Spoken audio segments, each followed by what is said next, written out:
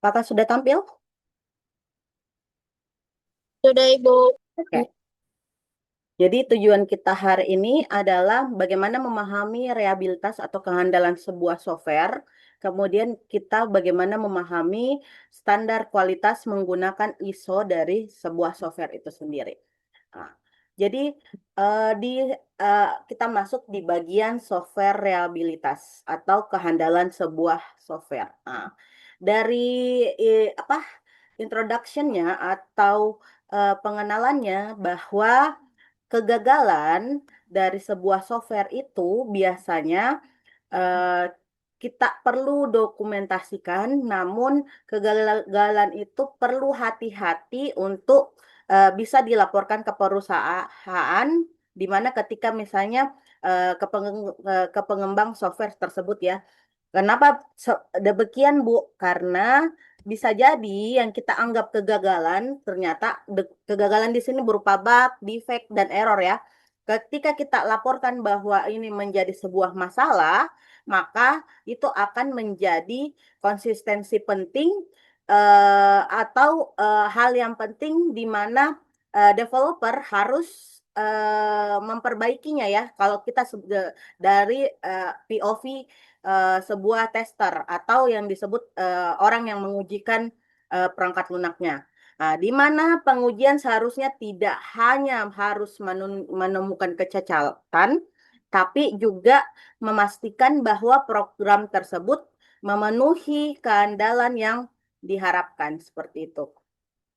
Kemudian secara psikologinya, secara umumnya, kalau orang berpikir sebagai tester atau sebagai developer, biasanya salah satu yang menyebabkan pengujian aplikasi buruk adalah eh, kita menafsirkan bahwa apa yang dideteksi itu atau sebagian besar programmer itu memulai dengan mendefinisikan yang salah terkait testing tersebut atau pengujian tersebut, di mana pikiran mereka itu selalu menganggap testing atau pengujian adalah proses membuktikan bahwa di dalam software tersebut tidak ada kesalahan.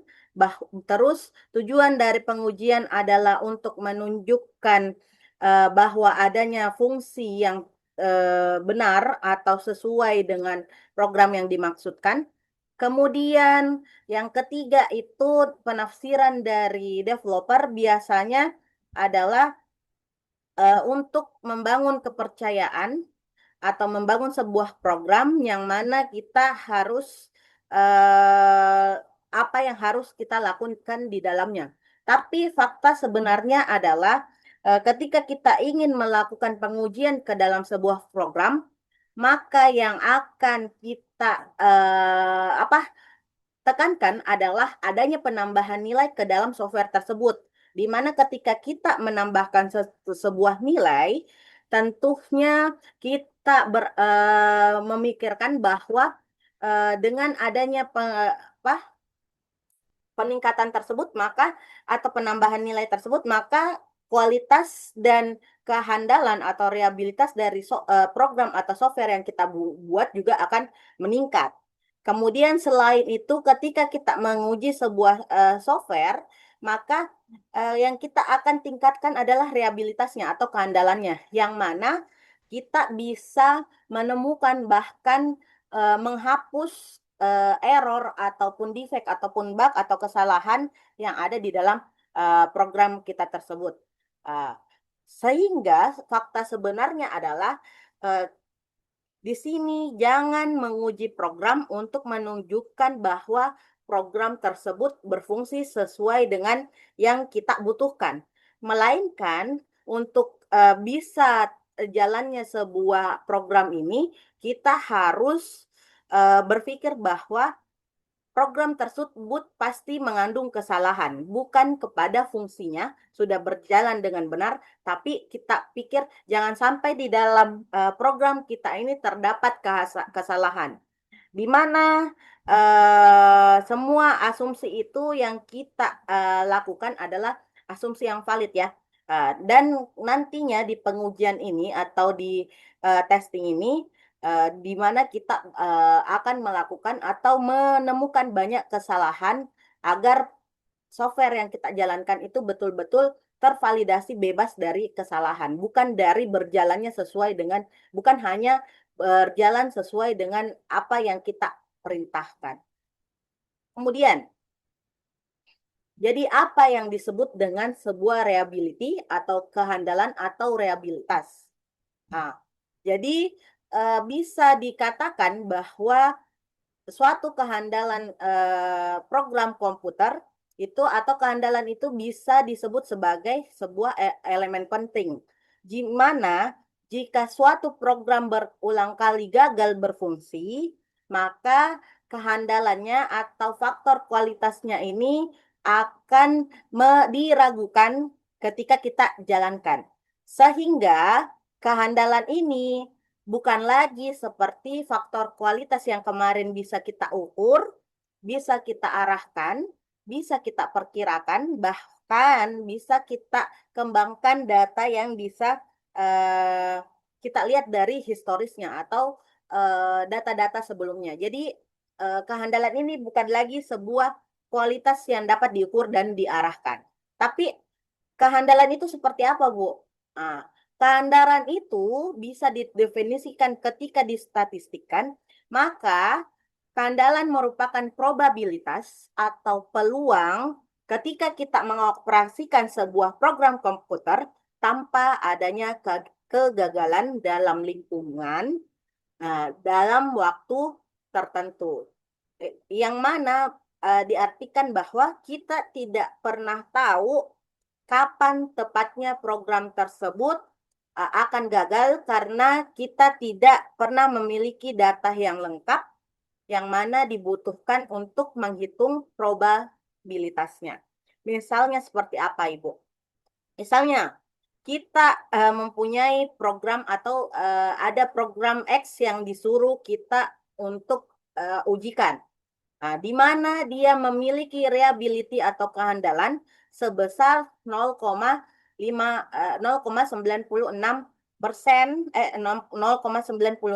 selama 8 jam pemrosesan. Di mana artinya ketika kita mengeksekusi sebanyak 100 kali software tersebut, maka bisa dikatakan 96 kali itu tidak ada kegagalan. Bisa jadi ada 4 kali kegagalan selama proses eksekusinya. Kemudian, apalagi namanya, ketika saya bilang 95 kali, bisa jadi berarti ada 95 kali yang tanpa ada kegagalan ketika kita jalankan aplikasinya. Dan sisanya adalah terjadi kegagalan. Bisa seperti itu yang disebut dengan reliabilitas ya. Kemudian, apa sih bedanya resiko dan resiko dan kualitas? Biasanya ketika kita mengambil sebuah pekerjaan, orang-orang yang sudah bekerja itu terkadang pastinya mempertaruhkan pekerjaannya, kenyamanannya, keselamatannya, ataupun keputusannya, bahkan nyawa mereka untuk biasa sebuah perangkat komputer. Bayangkan ya, ketika kalian misalnya disuruh saja proyek besar, misalnya membuat program mobile atau membuat program web, dan itu hamin 2 hari, pastinya kalian akan keluar dari zona nyaman di mana biasanya sampai begadang berapa jam, 2 sampai 3 jam mungkin tidurnya ya. Nah, di mana di kualitas dan resiko ini itu sangat sangat berkaitan. Maksudnya seperti apa, Ibu? Misalnya, ketika kita di sini dicontohkan pada tahun 2000 di bulan November itu ada rumah sakit di Panama di mana ada 28 pasien menerima dosis radiasi gamma yang sangat tinggi. Nah, di mana selama perawatan untuk di mana 28 pasien ini dikasihkan karena dia perawatan untuk berbagai jenis kanker. Tapi di bulan-bulan berikutnya, 5 pasien ini meninggal karena keracunan radiasi dan 15 lainnya mengalami komplikasi. Ah, terus untuk misalnya biasa kita ke apa kepada developer, biasanya itu kita ditanya bagaimana sebab terjadinya. Nah, ketika kita ditanya bagaimana sebab terjadinya, bisa jadi kita di sini disuruhkan untuk eh, bagaimana membuat atau mengembangkan sebuah perangkat lunak yang bisa nantinya dimodifikasi oleh teknisi rumah sakit untuk menghitung dosis radiasi yang mana bisa diubah tergantung dengan setiap pasien. Kenapa di sini Bu dibilang bisa sampai meninggal karena biasanya itu dosis tergantung kasus yang didapatkan. Ketika misalnya orang tersebut dilihat dosis rendahnya tidak mempan, biasanya dokter atau perawat itu menambah ke dosis yang lebih tinggi. Namun ternyata dosis tersebut bisa membahayakan lebih banyak lagi ya untuk anunya apa? Untuk pasien berikutnya. Kemudian ada juga yang disebut dengan quality dengan security, di mana kualitas dan keamanan itu tentunya akan saling berkaitan. Maksudnya seperti apa, Ibu? Ketika kita memikirkan keamanan, kehandalan, terus ketersediaan, apakah itu ketergantungan dari awal pembuatan sebuah software, mulai dari fase desain, arsitektur, pengujian, dan pengkodean, hingga sepanjang siklus proses perangkat lunak, tentunya ini sangat bergantung dengan kualitasnya. Kalau misalnya kualitasnya tersebut rendah, infrastruktur bahkan desainnya itu tidak memadai, bahkan untuk keamanannya pun pasti akan juga ikut rendah.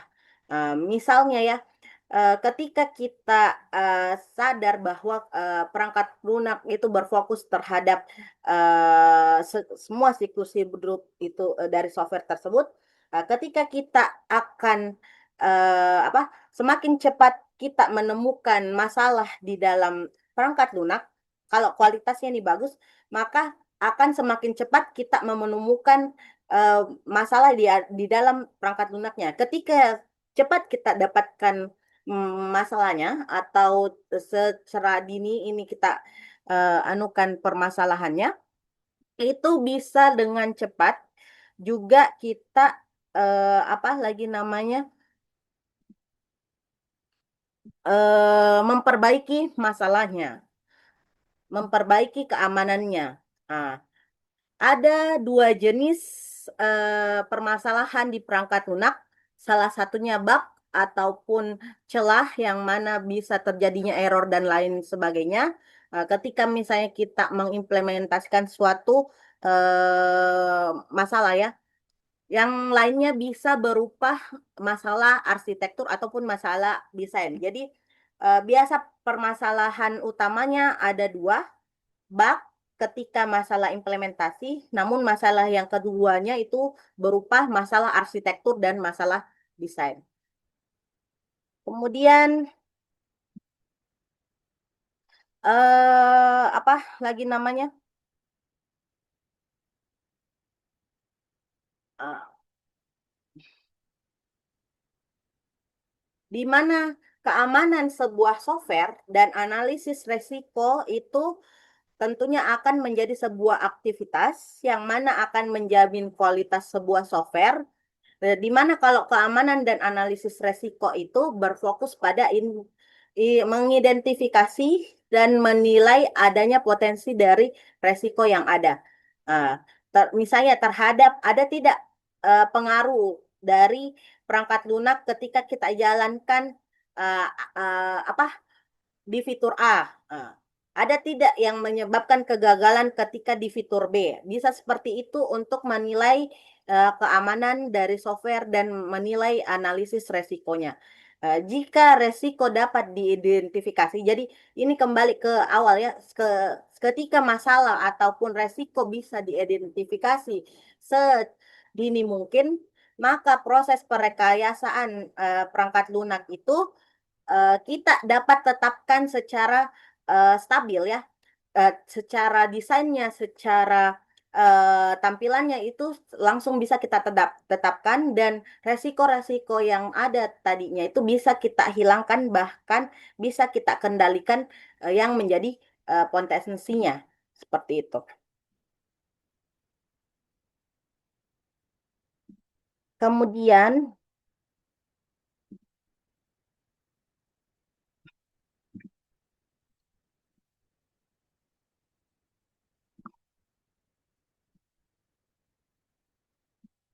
kemudian itu tadi tentang apa? Analisis keamanan resiko. Kemudian yang selanjutnya itu bagaimana sih kita membuat software itu aman. Jadi tadi tidak hanya handal tapi juga aman. Di mana di keamanan software ini adalah sebuah aktivitas yang berfokus pada identifikasi dan penilaian potensi bahaya yang dapat mempengaruhi perangkat lunak secara negatif dan menyebabkan seluruh sistem gagal. Ya, kalau tadi yang resiko adalah berupa nilai potensi resiko, kalau di safety atau keamanan adalah potensi bahayanya. Bedanya apa, Bu? Kalau di resiko itu bisa jadi sudah ada resikonya, yang mana tinggal kita apa? Tinggal kita jalankan. Sedangkan kalau yang safety bisa jadi ini cikal bakal adanya serangan ataupun adanya bug, itu yang menjadi pembeda antara resiko dengan keamanan. Di mana kita sudah harus memplan apa saja yang harus bisa menjadi resiko keamanan di dalam software kita. Sama seperti tadi, jika kita bisa identifikasi sejak dini, maka apapun yang kita lakukan, baik itu tadi adanya resiko, adanya keamanan, adanya apa? Adanya serangan untuk keamanan, itu bisa kita kendalikan, bahkan bisa kita hilangkan potensi bahayanya sedini mungkin ketika kita dapatkan masalah di dalamnya. Kemudian, setelah misalnya bahaya diidentifikasi dan dianalisis, maka terkait dengan misalnya kesafetiannya dapat ditentukan metode apa yang harus kita lakukan. Misalnya seperti apa, Bu? Sama seperti kayak Windows Defender. Ketika kita scan terdapat kayak threat atau trojan atau apa, maka perangkat lunak itu bisa memberikan ataupun Defender ini bisa apa, melakukan aktivitasnya, apakah itu dia hanya dibekukan atau bahkan bagaimana dihilangkan atau bahkan bagaimana dia supaya tidak masuk lagi, bisa seperti itu. Sehingga ketika misalnya masalah-masalah tersebut sudah dispesifikasikan, ketika ada kejadian yang berikutnya sama terjadi, itu bisa kita langsung kasih apa lagi namanya? Kasih solusinya seperti itu. Kemudian itu dengan begitu perangkat lunak akan mengelola sesuai dengan peran dan apa yang diinginkannya. Seperti itu ketika kita bahas tentang keamanan di dalam perangkat lunak. Terus versus antara kehandalan dan keamanan itu bagaimana ya? Meskipun keduanya ini sama-sama penting, sama-sama terkait, tapi ini sangat berbeda. Kalau tadi kehandalan atau reliability itu digunakan untuk menggunakan analisis statistik dengan menentukan kemungkinan terjadinya kegagalan, sama seperti saya bilang tadi, ketika misalnya 50 kali Kak mencoba untuk software kita tes, terus ada 0,9 yang apa? 0,9 kehandalannya, berarti ada berapa tuh? Ada bisa jadi 48 kali tidak terjadi kegagalan, bisa seperti itu. Nah, sedangkan kalau safety atau keselamatan atau keamanan itu bagaimana kita mengkaji cara kegagalan itu dihasilkan dan bagaimana kondisinya dan apa yang penyebabnya. Sehingga di sini ketika kita bilang kegagalan itu atau bug itu atau error itu bisa tidak dianggap jadi satu bagian, tapi akan dievaluasi secara seluruh konteks yang berbasis komputer. Seperti itu. Sampai sini rehabilitas paham bedanya? Dia bisa mendeteksi berapa kali penggunaan sehingga berapa kali yang gagal, berapa kali yang berhasil dan berapa kali yang gagal, tapi tidak bisa menunjukkan bagian mana yang salah, bagian mana yang terdapat permasalahan. Sedangkan kalau misalnya safety atau keamanan lebih kepada bagaimana kita mencari di bagian mana kondisinya yang akan gagal, ya apa penyebabnya dan bagaimana solusinya baik untuk saat ini maupun di masa akan datang. Seperti itu. Ada yang ingin ditanyakan terlebih dahulu terkait dengan reliability dan safety dalam pengujian perangkat lunak. Ada yang ingin ditanyakan? Jadi kalau kualitas tentang apa? Kalau kualitas tentang apa?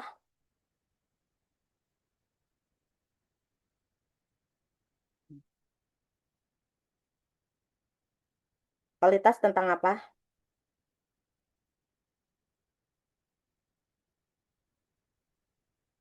Kalau kualitas Ibu, seberapa baik produk atau sistem memenuhi kebutuhan pengguna? Mm-mm. Seberapa baik produk atau sistemnya? Kalau reliability atau kehandalan adalah peluang atau probabilitas proses berjalannya sebuah software ketika dilakukan pengujian. Berapa kali nih bisa berjalan?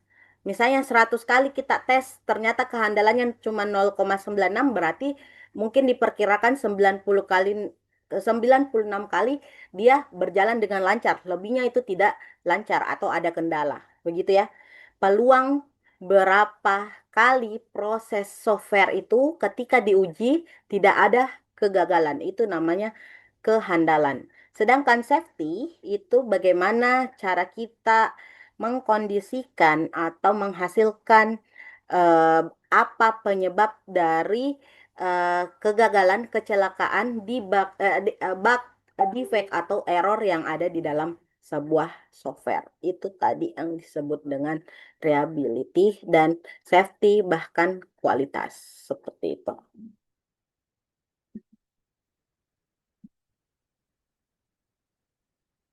Kemudian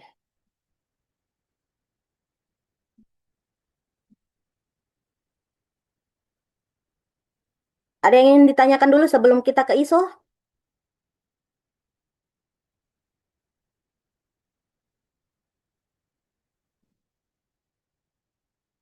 Aman?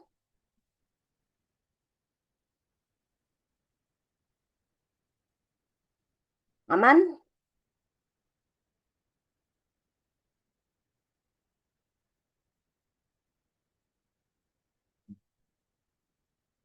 Aman?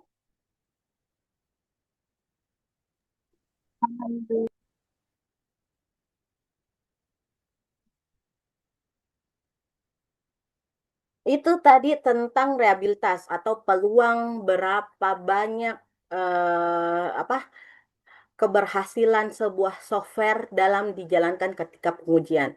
Nah, untuk misalnya menilai sebuah software itu layak atau tidak, maka ada beberapa standar yang bisa kita gunakan. Di antaranya adalah kita menggunakan standar kualitas ISO, di mana standar ini merupakan standar internasional yang biasa digunakan untuk membangun ataupun melihat data-data sesuai dengan apa yang kita butuhkan. Adapun apa standar-standar kualitas khususnya ISO itu ada beberapa, ada banyak. Ada ISO 15204, ada 12207, ada ISO 9000, ada ISO 25010. Gimana ini yang paling sering digunakan sama apa senior kalian? Kemudian ada ISO 9241, ada ISO 29119, ada juga yang standar dari IEE tentang bagaimana membangun sebuah software. Ada juga standar yang IEE 730 itu tentang software kualitas assurance untuk planning. Dan ada untuk konfigurasi. Jadi standar-standar ini tidak langsung bahwa dia itu apa bahwa dia itu sesuai kita mau bikin untuk kualitas software. Kita sesuaikan saja. Misalnya mau pakai IEE 730 ataukah misalnya apa lagi namanya? eh Misalnya di dalam konfigurasi atau testing dokumen kita hanya melihat bagaimana melihat data yang ada. Apakah data ini berjalan? Bisa mungkin dia 25010. Nah, itu didasarkan dengan apa yang ada. Seperti itu. Tapi untuk di kasus ini saya hanya memperlihatkan kalian dua standar ISO, ISO 9000 dia tentang apa dan ISO 25010 dia seperti apa. Nah, kita masuk di bagian standar ISO 9000, di mana standar ISO 9000 ini lebih menekankan kepada manajemen mutu. Jadi ISO-ISO tersebut tidak langsung kita gunakan, tapi kita sesuaikan dengan kebutuhan. Kalau di ISO 9001 ini lebih kepada manajemen mutu ya, untuk apa lagi namanya? Untuk eh, melihat secara keseluruhan organisasi tersebut bagaimana manajemen mutunya tidak hanya di software tapi keseluruhan aktivitasnya seperti itu. Kemudian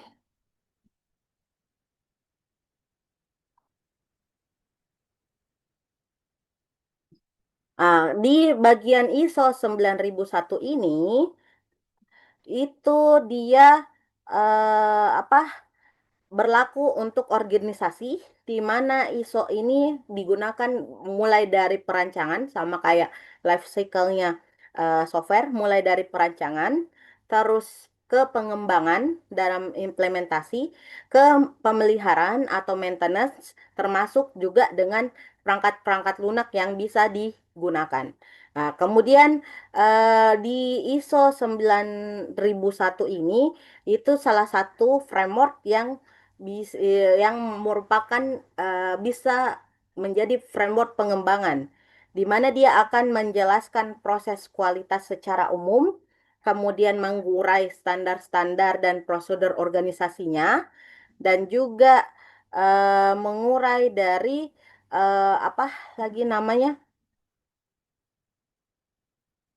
Mengurai dari eh, apa prosedur organisasi yang harus ditetapkan di situ di dalam ISO 9001 ini.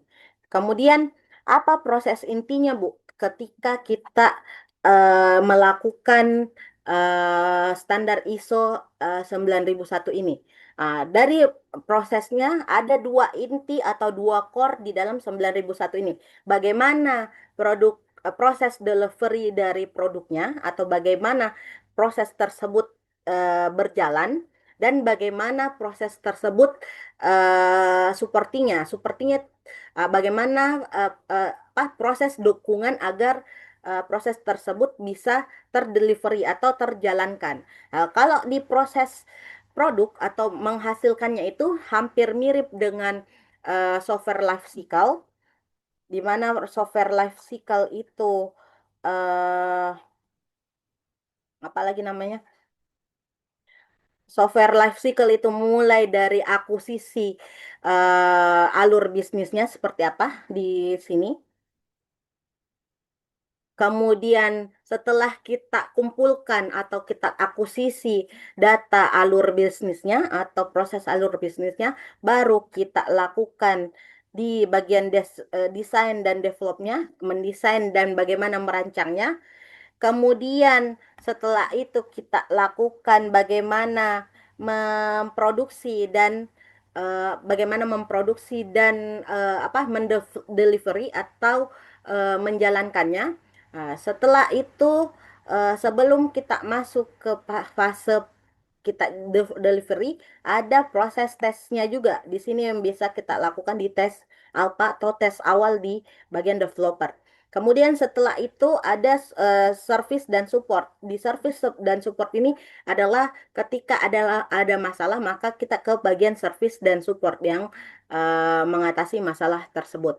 Sedangkan untuk mendukung semua kegiatan ini di bagian produk delivery-nya dibutuhkan support dari bagian manajemennya.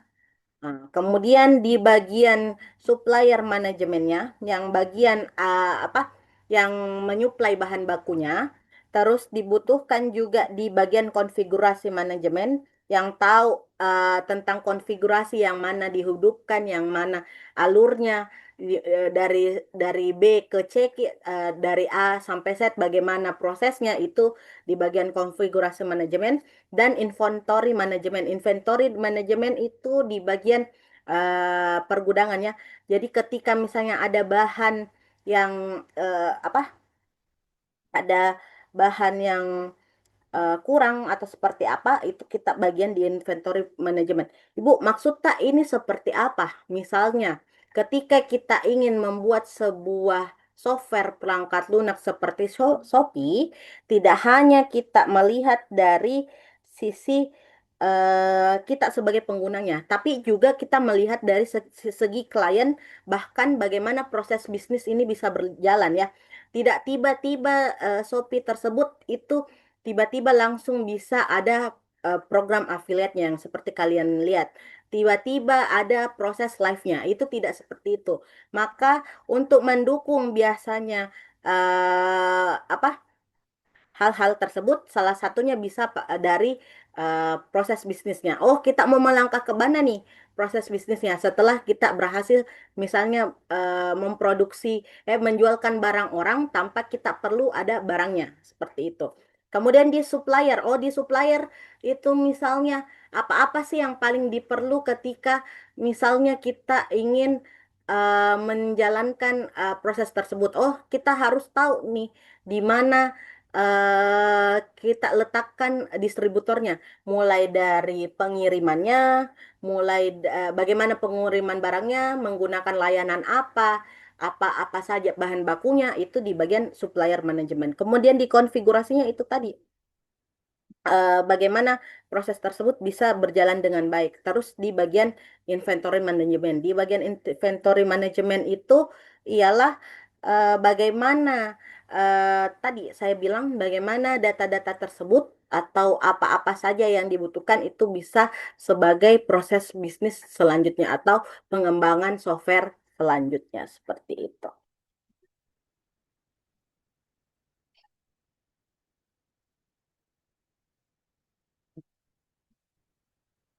Kemudian di ISO ini proses intinya ada dua, ada untuk delivery proses dan ada supporting proses, ada yang faktor pendukungnya.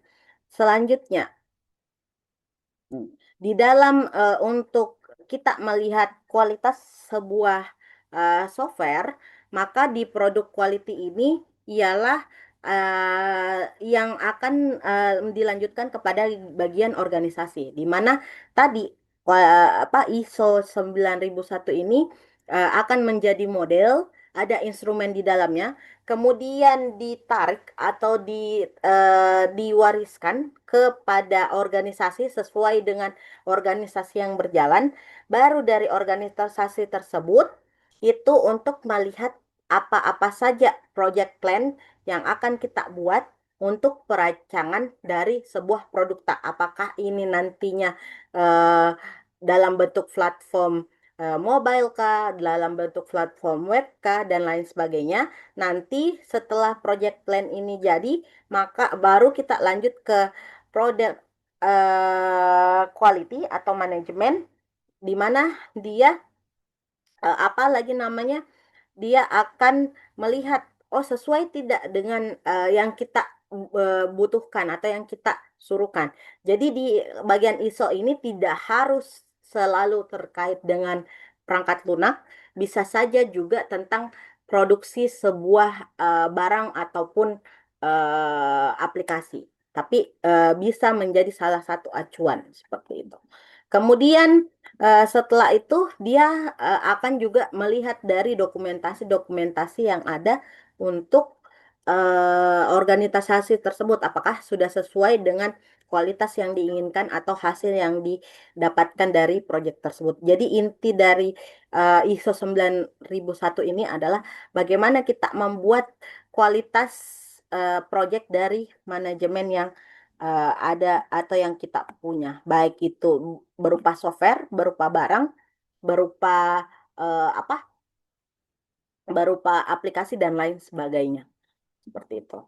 Nah, kemudian untuk membuat atau mengikuti standar dari ISO 9001 ini, itu kita melihat dari 20 requirement yang bisa kita gunakan, mulai dari manajemen responsibility, ada instrumennya tersendiri. Nah, kalau mau kalian cari silahkan cari seperti apa. Kemudian ada quality systemnya, ada kontrak reviewnya, dan sampai di bagian bagaimana teknik statistik yang digunakan di dalamnya. Itu ada 20 requirement yang harus kita penuhi sebelum kita menjalankan ISO 9001 seperti itu.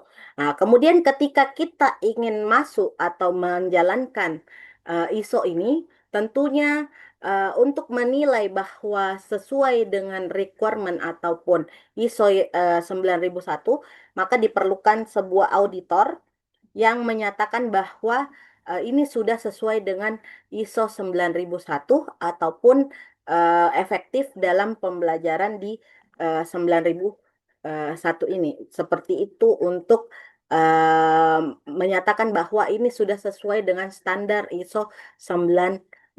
Jadi tetap ada auditor yang mengaudit, yang menilai bahwa sudah sesuai instrumen yang kita masukkan yang 20 ini, mulai dari tadi bagian manajemennya, manajemen pertanggungjawabannya, kualitas sistemnya, review kontraknya, desain kontrol desainnya seperti apa, tujuannya seperti apa, kemudian kontrol prosesnya seperti apa, cek dan tes statusnya seperti apa, sampai di training dan service hingga teknik statistikalnya seperti apa, tidak bisa dinilai langsung oleh developer, tapi harus ada audit yang perlu melihat benar tidak ini standar yang kita ikuti.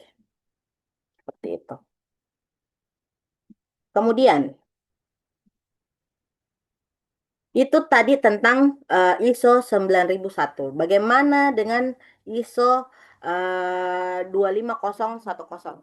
Di mana ISO 25010 ini sebenarnya pengganti standar ISO 9126, yang mana ISO tentang 25010 ini ialah apa lagi namanya? Dia itu sebagai sistem perekayaan perangkat lunak. Jadi memang ini khusus perangkat lunak, di mana dia akan menilai persyaratan dan mengevaluasi kualitas sistem perangkat lunak atau biasa disebut dengan query. Di mana di bagian query ini apa lagi namanya?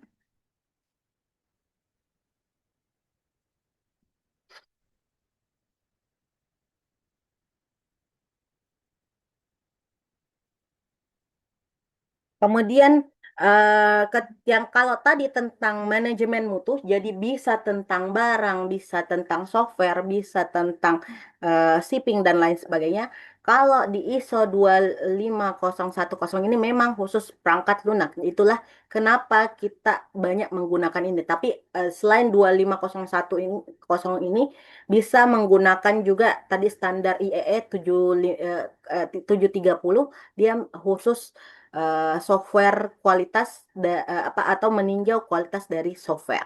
Nah, kemudian kalau tadi di bagian apa di ISO 9001 dia ada dua core-nya yaitu delivery product dengan supporting product. Kalau di 25010 dia ada 5 model di dalamnya. Ada karakteristik yang perlu kita lihat. Pertama dari segi internal measurement software, dari segi pemastian untuk software eh, dalamnya. Kemudian dari software luarnya atau external measurement of software. Kemudian ada untuk metode kualitas produknya atau software product quality. Dan ada bagaimana kualitas dalam penggunaan model ini. Terus ada bagaimana model kualitas dari datanya. Kita lihat satu persatu apa sih sebenarnya yang dimaksud dari internal measurement of software eksternal sampai di kualitas atau model kualitas data. Jadi kalau mau dilihat bentuknya, dia bentuknya seperti ini deh. Kualitas model yang dinilai itu bagian internal. Internal itu menilai target yang dibutuhkan dari sebuah software. Sedangkan kalau eksternal melihat dari bagaimana sistem komputernya.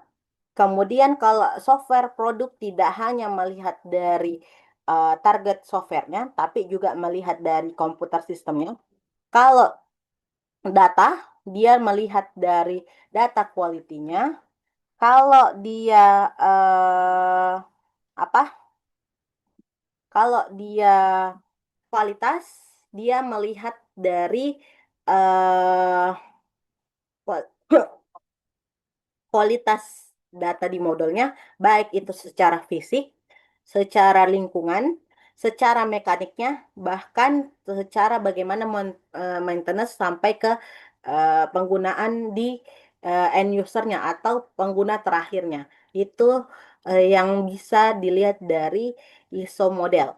Nah, jadi secara spesifik untuk internal itu seperti apa? Kalau di internal itu didasarkan pada atribut statistik, dapat di mana dapat digunakan untuk mengukur sifat-sifat intristik, sifat-sifat dalamnya dari software kita di dalam produk kerja perangkat lunak.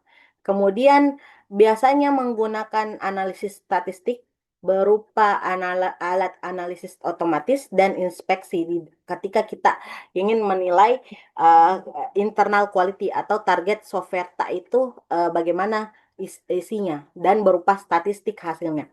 Di mana produk kerja meliputi dokumen persyaratan, desain, kode, dan prosedur pengujian. Jadi nanti di internal quality measurement ini kita akan dapat statistik, oh berapa persen ini kode berhasil, eh, berapa prosedur yang berjalan sesuai dengan yang diinginkan. Kemudian berapa prosedur yang bisa didapatkan atau adakah yang bermasalah. Nah, itu di bagian internal quality measurement. Kemudian selain internal quality measurement, ada juga yang namanya external quality measurement, di mana dia akan mengukur sifat-sifat inherent. Jadi yang mana dia akan lebih kepada sistem komputernya, seperti kita lakukan apa lagi namanya? Bagaimana caranya kita menjalankan produk perangkat lunak di dalam lingkungan sistem? Terus bagaimana caranya ini agar satu bagian dengan bagian lain itu terintegrasi berjalan dengan baik? Itu di bagian external quality measurement. Kalau tadi internal lebih statistik, kalau eksternal dilakukan dengan menjalankan produk perangkat lunak, apakah saling terintegrasi atau tidak. Jadi ketika misalnya dari menu A ke menu B, itu berjalan dengan baik, berarti eksternalnya yang pertama baik. Dari menu B ke C, misalnya baik, berarti kita tulis baik juga. Jadi akan checklist atau paste bahwa dia berjalan dengan baik. Kalau yang tadi di bagian internal itu dalam bentuk statistik. Kalau di sini kita bilangnya eh, berjalan atau tidak berjalan, pass atau fail, begitu. Nah, kemudian untuk software quality product itu bisa melihat 7 instrumen, ada instrumen tentang fungsional, ada instrumen tentang kehandalan, ada instrumen tentang performa, ada instrumen tentang operability-nya, bagaimana beroperasinya, ada instrumen tentang security-nya, terus ada tentang compatibility-nya, bagaimana perbandingannya, dan maintenance-ability atau bagaimana perawatannya, dan portability yang mana dia bagaimana dia bisa beradaptasi, bisa diinstal kembali, bisa dipindahkan. Itu di portability. Portability itu bisa digunakan kembali di dimanapun seperti itu. Kemudian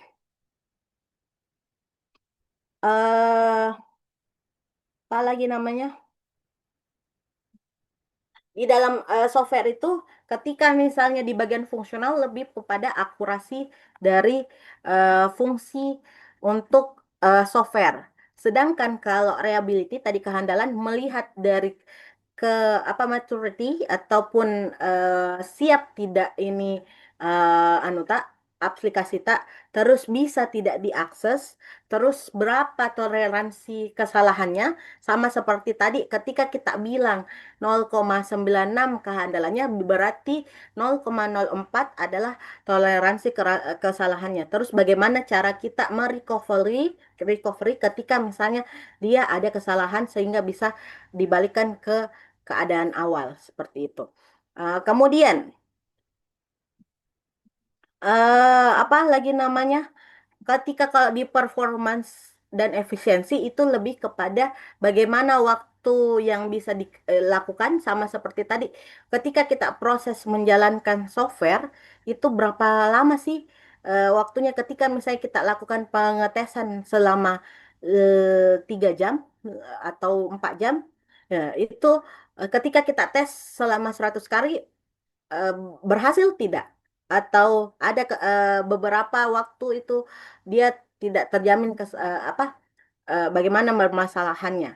Nah, kemudian kalau operability, nah, mendeteksi apakah bisa digunakan dengan mudah, adakah potensi error di dalam user, kemudian bagaimana tampilannya ketika kita melakukan apa menjalankan sebuah user, itu semua di bagian operability atau operatornya. Terus security itu lebih kepada autentifikasi ataupun otoritasnya, terus akuntabilitasnya seperti apa, terus integrasinya betul-betul Kak ini orang yang ini yang masuk. Misalnya ketika kita buat untuk admin dengan untuk user, maka hanya admin yang boleh masuk, selain itu tidak boleh. Kemudian di compatibility itu bagaimana inter operability atau coexisten, atau bagaimana ketika misalnya ada yang kita masukkan itu bisa berjalan dengan baik. Nah, kalau maintenance itu lebih kepada pengujiannya, lebih kepada bagaimana bisa dimodifikasi, bagaimana bisa digunakan kembali, bagaimana bisa dianalisis, itu di bagian maintenance. Terus di portability itu lebih kepada adaptasi, instalasi, dan replace-nya. Kalau di itu tadi terkait dengan kualitas produk eh, untuk menilai sebuah software di bagian ISO 25010. Kebanyakan apa senior kalian pakai di bagian software produk quality-nya, tapi tidak semuanya, tidak ketujuh-tujuhnya ini mereka pakai, tergantung dengan software apa yang dia gunakan, seperti itu. Kemudian bisa masuk di bagian quality in use model.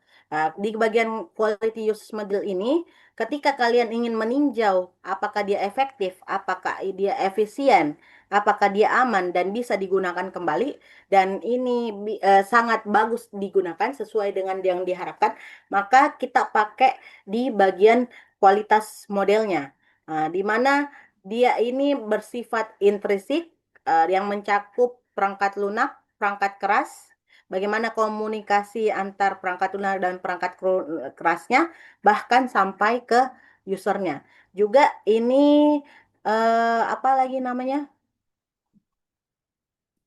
Digunakan untuk apa? Juga sebagai properti sistem yang tergantung pada sistem intensifnya, perangkat lunak dan produk perangkat lunaknya. Jadi hasil ya, kalau tadi lagi dari segi fungsinya, kalau ini dari hasil enak-enak tidak digunakan, nyaman tidak. Nah, seperti itu kalau kualitas modelnya. Kemudian yang terakhir, kualitas datanya.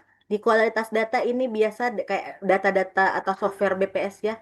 Apakah data-data tersebut sesuai dengan yang kita targetkan, apakah data-data tersebut dijamin datanya bahwa apa, misalnya kita search data tentang apa penjualan baju, maka tampilnya penjualan baju, begitupun dengan apa lagi namanya, begitupun dengan ketika kita search yang lain, misalnya tentang apa eh, tentang menu about, maka yang tampil adalah menu about seperti itu. Seperti apa Bu kalau misalnya data quality-nya ada yang dari segi inherence yang mana dia bisa berdiri sendiri, ada juga yang dari segi dependen. Jadi dia sebuah sistem yang saling terkait. Misalnya kalau yang inherence itu pasti harus bagus akurasinya. Terus bagaimana segi kompleksitasnya, bagaimana kredibilitasnya, bagaimana aksesibilitasnya, sampai ke bagian efisiensi, sampai ke bagian recovery itu apakah bisa secara inherence dan secara dependent. Biasanya seperti ini untuk apa lagi namanya eh untuk pengecekan data di dalam model kualitas untuk ISO 25010 seperti itu. Jadi paham itu. Jadi ada ketika misalnya kalian ingin mengecek efektivitas, maka kalian lihat di bagian modul kualitas khusus efektivitas, ada instrumennya tersendiri.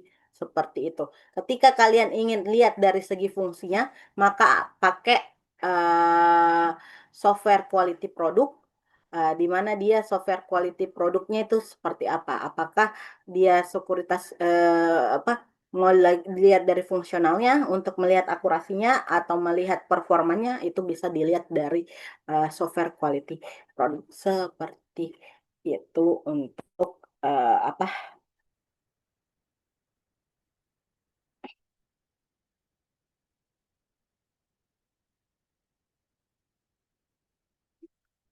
untuk apa untuk untuk kualitas produk dari software seperti itu. Ada yang ingin ditanyakan tentang ISO 2505 ataupun ISO 9001, Dek? Jadi tidak ketika kita memilih sebuah standar itu tidak boleh sembarangan, sesuai dengan kebutuhannya. Kalau yang 9001 misalnya untuk manajemen mutu, baik itu organisasi, baik itu pengantaran barang, baik itu manajemen untuk softwarenya. Tapi kalau untuk 25010 memang khusus sistem perekayasan perangkat lunak seperti itu, deh. Ada yang ingin ditanyakan terlebih dahulu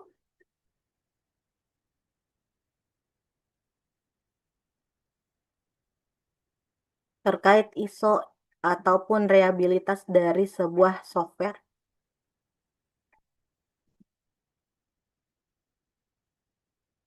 Hmm? Ada yang ingin ditanyakan? Lebih dahulu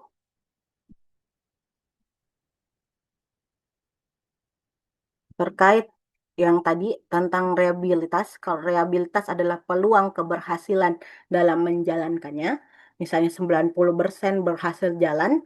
Kalau ISO adalah standar yang kita gunakan untuk kualitas, baik itu nanti kualitas manajemen mutunya, baik itu untuk kualitas planningnya, baik itu untuk testingnya dan lain sebagainya, seperti itu. Ada yang ingin ditanyakan terlebih dahulu? Kalau tidak dia bertanya, saya yang bertanya.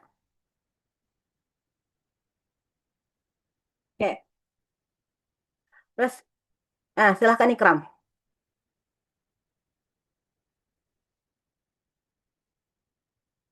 Saya izin bertanya tadi ISO 25010 tadi Bu, bagian Iya, software produk quality. iya.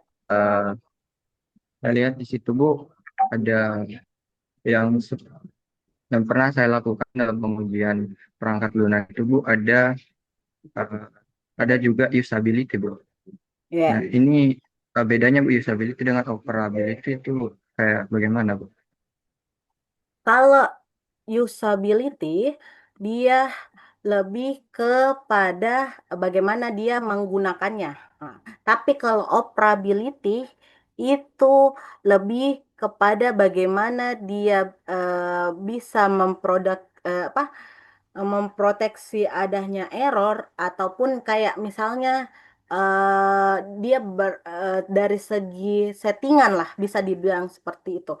Mulai dari bagaimana ini bisakah digunakan. Terus bisakah dari segi maintenance-nya ini bisakah dilakukan pengembangan? Bisakah settingannya ini aksesnya di dalam aksesnya ya, aksesnya ini kepada siapa saja? Kemudian apa? Bagaimana ini pengorganisasiannya? Jadi bedanya kalau usability itu lebih kepada penggunaannya saja, tapi kalau operability itu lebih kayak settingan lebih dalamnya dari usability seperti itu Ikram. Dibanding tadi yang usability seperti itu. Dibanding kalau operability lebih kepada settingan bahwa oh ini dia bisa tidak diakses, bisa enggak, yang mana yang bisa mengakses, yang mana bisa apa tampilannya ketika ini ada error dan lain sebagainya. Lebih kepada banyak bergerak di bagian back end ya, di bagian belakangnya ataupun di bagian adminnya seperti itu. Atau bisa disebut dengan super adminnya, karena ada juga admin tapi ada juga super admin. Ada admin yang hanya beberapa bagian yang bisa mengakses, ada admin ada yang super admin yang betul-betul bisa mengakses keseluruhan software itu di bagian operability seperti itu. Ada lagi deh yang lain, ya silahkan Lisa. Lisa atau Hasnur Baik, ini? Hasnur Ibu. Oh ya, Hasnur. Baik Ibu, terima kasih atas kesempatan yang telah diberikan. Saya ingin bertanya terkait 20 persyaratan ISO yang 9001, itu Iya, kan banyak sekali Ki, Ibu. Terus iya. apakah semua perusahaan software itu wajib punya sertifikasi ini supaya dibilang berkualitas Ki produknya? Terus apakah ada Kalau perusahaan yang tidak pakai standar ISO tapi produknya tetap dianggap andal? Gitu Ibu. Eh, Terima ket- kasih. ya, oke, makasih Hasnur. Jadi, untuk menerapkan 901 ini, semua persyaratan ini harus ada. Jadi, sama misalnya ketika kita apa? Ketika kita membuat sebuah penjaminan mutu ataupun organisasi bahwa dibilang ini organisasi tak manajemen mutunya bagus, maka harus ketika memilih ISO 9001 maka ini ini apa ini ke-20 rekrutmen ini persyaratan ini harus dia penuhi. Tapi apakah Bu untuk manajemen mutu itu harus pakai ISO 9001 tidak. Itu tergantung dengan keperluan manajemen mutu seperti apa perusahaan yang akan digunakan. Bisa jadi kita pakai untuk yang lainnya itu mungkin bisa dipakai di 12207 atau di bahkan 15504. Saya tidak tunggu dulu saya perlihatkan yang apa yang lainnya itu gunanya untuk apa tuh bisa seperti itu. Jadi eh, ketika ditanya perlukah ke 20 ini harus terpenuhi ketika kita memilih ISO 9001 perlu. Tapi apakah 9001 itu hanya untuk mana bilang mutunya produk dari perusahaan tak itu bagus harus melihat di 9001 tidak. Masih banyak standar lain yang bisa kita gunakan untuk manajemen mutu seperti itu, Hasnur. Misalnya, tunggu dulu nah. Saya kasih lihat ISO yang lain. Mana tuh? Oh,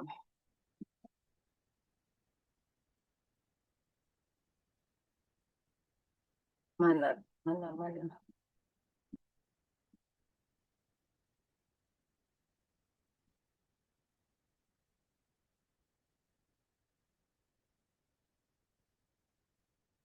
Oh, berapa? Tapi tadi tidak ada.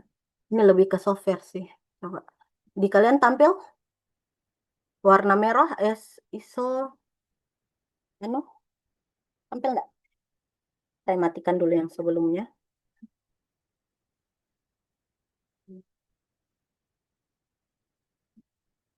Di kalian tampil apa tampilannya, Dek? Standar kualitas ISO ya? Iya, Ibu. Misalnya, ya, tunggu. Kayak ini, selain 2501 ada ISO 29119 di mana 29119 ini khusus testing. Terus ada juga yang bagian keduanya itu khusus prosesnya. Nah, jadi di dalam apa ISO-nya itu biasa ada part-partnya. Oh, ISO part 1 itu khusus definisi dan konsepnya. Sampai misalnya part 4 atau modul keempatnya, oh di modul keempat itu tentang tekniknya. Kemudian ada di ISO 9241 ini ada sampai 400 part tentang menjelaskan tentang bagaimana dia lisensinya, bagaimana guildnya itu penggunaan dari apa 9041. Dia ini scope areanya untuk apa nih? Oh, lebih kepada isi dari software, bagaimana tampilan dan lain sebagainya. Terus sampai 400 modelnya. Kemudian ada lagi mana tuh?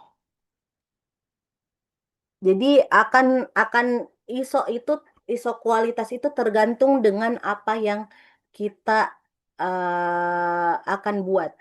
Kalau kita hanya ingin untuk project manajemen bisa pakai standar IEE 1058.